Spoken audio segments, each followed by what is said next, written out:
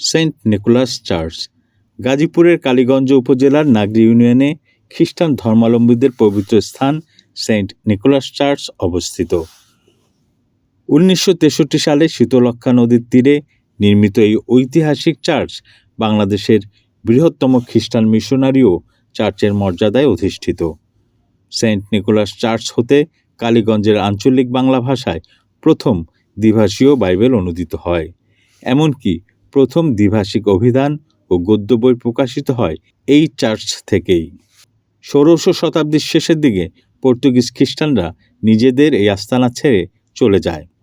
পরবর্তীতে 1988 সালে ইউরোপীয় স্থাপত্য শৈলীতে বাঙালি কারিগরদের মাধ্যমে নতুন একটি গির্জা ভবন নির্মাণ করা হয়।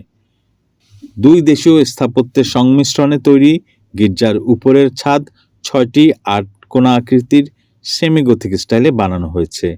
লোহার 12টি খুঁটির উপর দাঁড়ানো একতলা এই গির্জায় প্রবেশ করার জন্য রয়েছে 4টি প্রবেশ পথ, আর প্রধান প্রবেশদ্বারের সামনে রয়েছে দণ্ডায়মান যিশুর একটি মূর্তি।